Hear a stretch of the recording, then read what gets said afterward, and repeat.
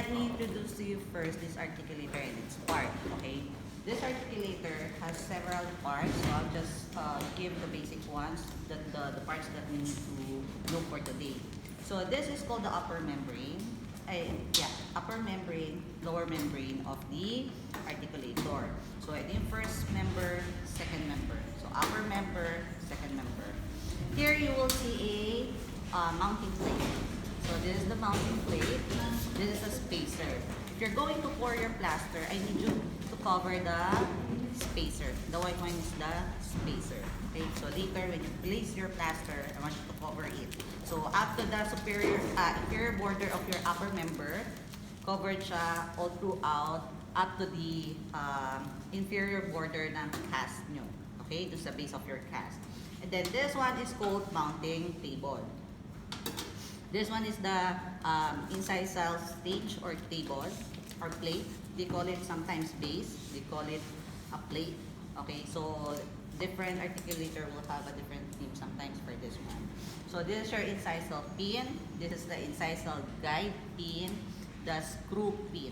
So later, I want you to make sure that the incisal pin is in a zero reading. So for you to know that here, for example, this one, this has a space. Kita nyo may space? Okay. That one should be flashed inside. Okay, so you adjust the screw pin, push this inside, make sure na you push it all throughout inside, and then lock it. So that one will give you a zero reading. It should always be like that. Here for a while, you can just skip it, then later you can just put it back. Kasi you might lost this one. This one will be very important because this will be the guide for the incisal edge and the midline of your anterior center. Inside.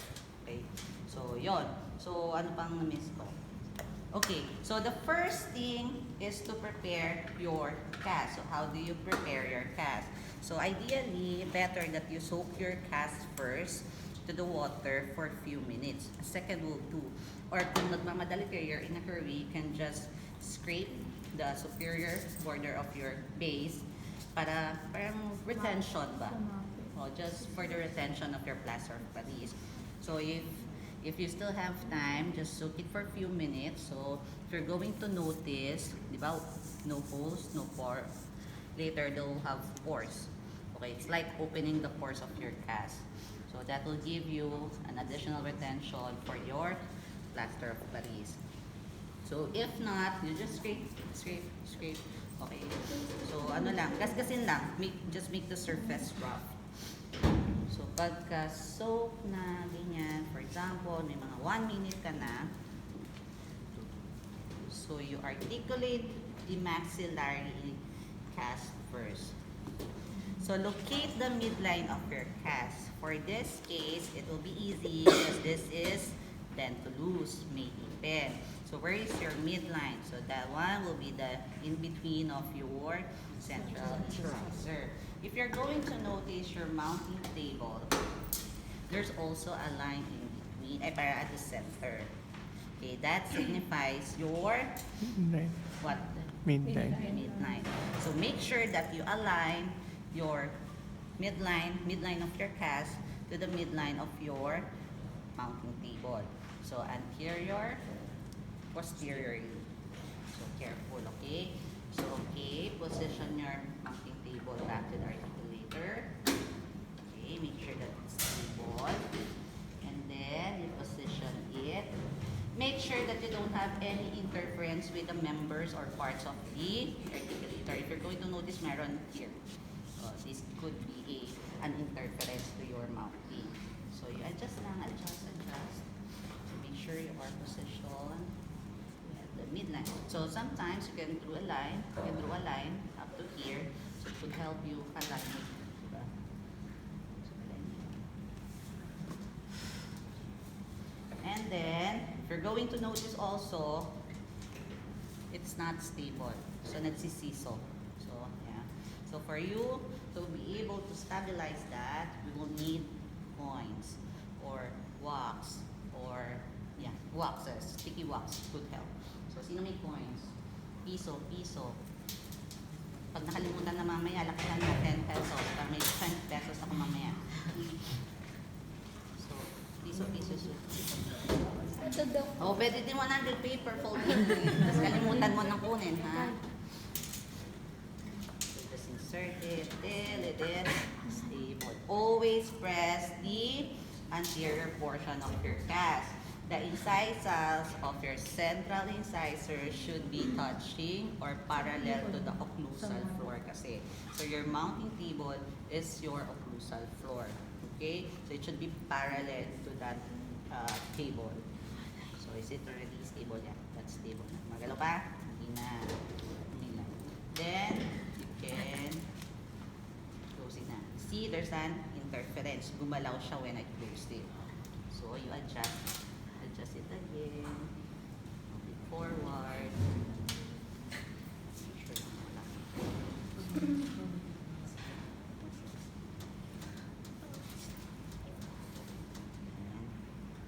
Tada!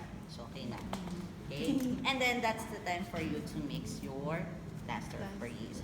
For your plaster of Paris, so, tantiation tayo. No, just so the powder-water ratio, you will learn that to your dental materials na subject. But for now, it will be tantiation. Okay?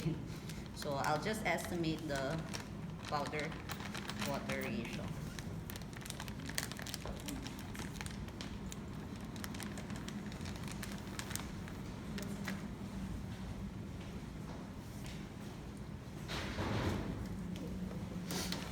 So, mix it.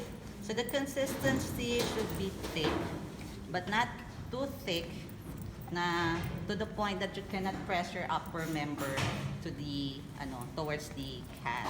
So, it should be thick, like this one. See, it's already thick. But if it's thick, meaning the setting time will be faster. Okay, so more water, slower ang setting time. Less water, quite faster ang setting time. So, for you guys, maybe you can make it this consistency muna. O, diba? Not too watery, but not that thick yung kanina. But for me, I can already place yung kanina. So, gather it. Okay. Gather it. Okay, collect everything. Actually, it's maraming water. White water. So, for the beginners, this one will do. And then, put it on top, at the center. Yan, yan, yan, yan, yan, yan, yan, yan. Then, close it. Make sure that the tip of your incisal pin touches the ano tawag dito? The base. Oo, the articulator base. And then, do not release it yet kasi this material expands, okay? Later, you will check na parang, what happened, Doc? Bakit na it's no longer touches the base? Eh, kanina while I was working on it, it touches naman. If, while it's still not setting, you can already start cleaning the area. I want it to be clean, always clean. You may use your fingers, hold it like this, kasi nga this one should always be closed. You can use your fingers to clean.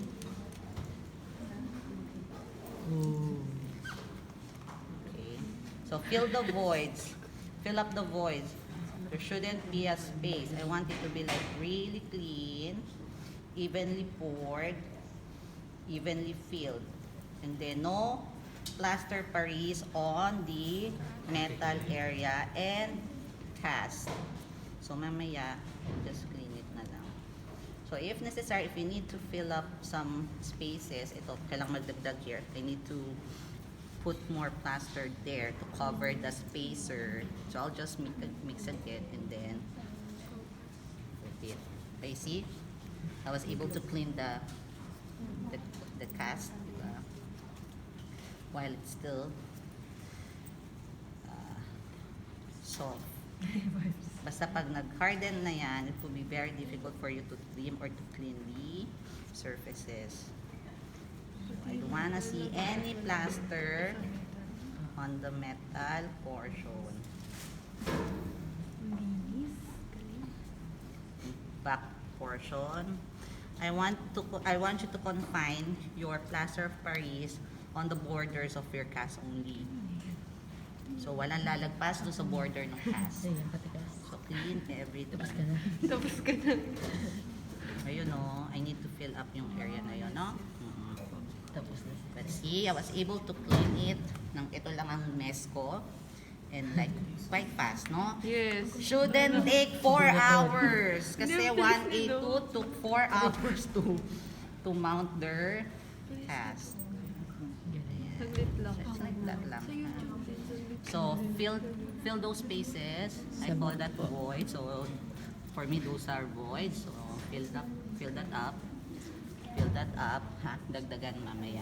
So, I'll leave that to Miss Balandang. So, you'll enjoy your mounting exercise. Ayun, ito ha.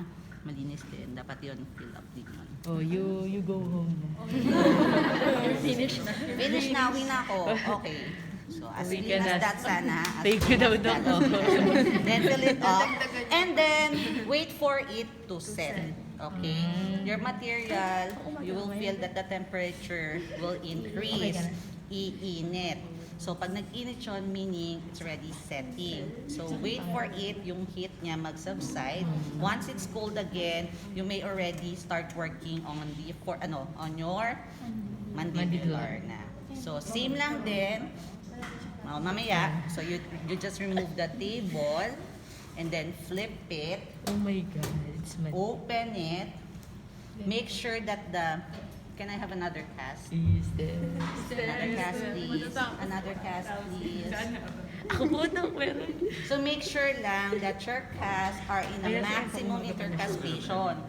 So meaning nun, all teeth are in contact. Tapos ka na. All teeth are in contact.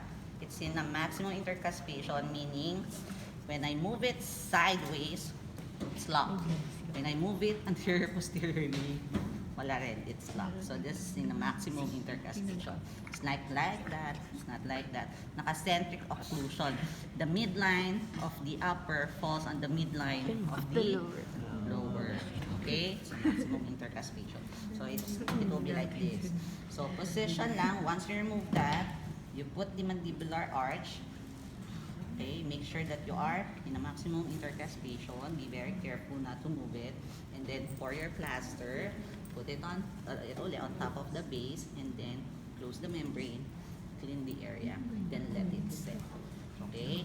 Walang gagamit ng trimmer, utang na loob. You know how to use the trimmer? Wala. So, yan parang the other day, 4 times ako bumaba ng trimmer kasi parang students keep on trimming their Okay. Always make sure that the pin touches the base. Kasi once it is open, I'll ask you to repeat it. So, you need to trim down the plaster again. Kaya walang gagamit ng trimmer. So, meaning, as tama siya. You're able to follow my instruction na when you clean it, always pull it together. You can, usually we do before, nung college ako is, we use rubber band to hold the two parts. Yun, no? Siya na. So, okay na. Pwede ko kayong iwan. Mag-CI lang ako. Sige, Doc. Sige. Thank you.